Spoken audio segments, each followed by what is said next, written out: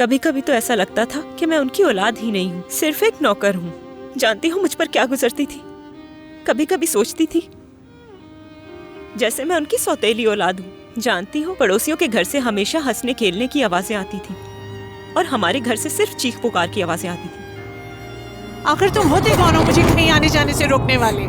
मैं तुम्हारा शौहर हूँ, शौहर। बस कह दिया ना कि नहीं जाऊंगी। तुम मुझे नहीं रोक सकते। मैं जाऊंगी, जरूर जाऊंगी। देखती हूँ मुझे कौन रोक सकता है। मैं जाके रहूंगी। तुम्हें मेरी जिंदगी में मुदाखलत करने की जरूरत नहीं है। मेरा जहाँ दिल चाहेगा मैं जाऊंगी। कोई भी मुझे नहीं रोक सकता। तुम भी नहीं रोक सकते। कभी इन बच्चों की तरफ भी देखो, गैर जिम्मेदार औरत। मुझे कोई परवाह नहीं, जा रही हूँ मैं।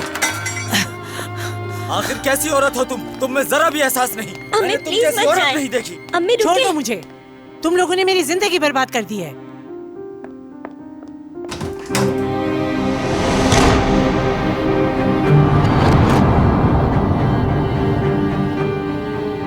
उन्हें हमारा एहसास तक नहीं था कि हम पर क्या गुजर रही है। उन्होंने कभी नहीं सोचा कि उन्होंने अपने बच्चों के साथ क्या किया। वो हमेशा हमसे दूर रहती थी। वो हमें पैदा करके पछता रही थी। वो हमेशा हमें एक बोझ की तरह समझती थी। वो हम सबको छोड़ के चली गई और वापस नहीं आई। कभी उन्होंने हमसे मुस्कुराकर बात नहीं की। हमेशा दूसरों के साथ मुस्कुराते हुए देखा। पता है, मैंने उन्हें दूसरों के साथ कई बार देखा, उन्हीं के साथ मुस्कुराती और उन्हीं के साथ घूमती फिरती। उन्हें कभी हमारा एहसास नहीं था। और जो सबसे तकलीफदेह बात थी मेरे लिए, वो ये थी बेगम, उनके मेरे बाबा के अलावा बहुत से ताल्लुकात थे। उन्होंने हमें कभी अहमियत नहीं दी। अहमियत दी भी तो अपने ताल्लुकात पर। हमेशा दुआ की मैंने कि वो चली जाएं। वो चली जाएंगी तो घर में लड़ाई खत्म हो जाएगी। एक दिन मेरी दुआ कबूल हो गई। एक शाम वो वाकई चली गई और कभी वापस नहीं आई। और फिर उनका पता नहीं चला। और एक दिन मेरे बाबा को उन्होंने पैगाम भेजा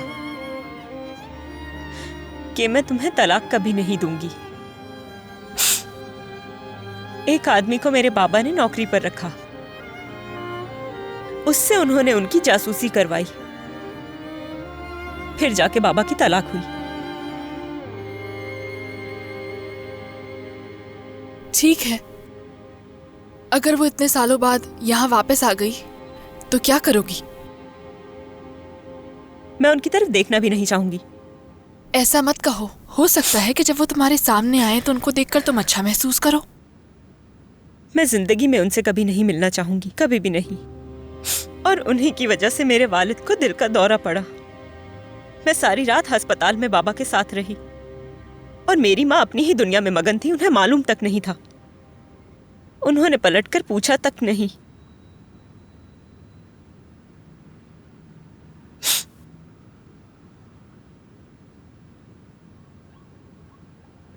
कैमरा? वो कैमरा कहाँ है?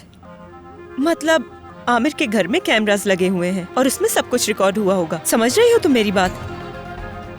मैं जानती हूँ उसके घर में एक कमरा है जहाँ से वो रिकॉर्डिंग देख सकता है। बेगम, बस हमें किसी भी तरह उस कमरे तक पहुँचना होगा।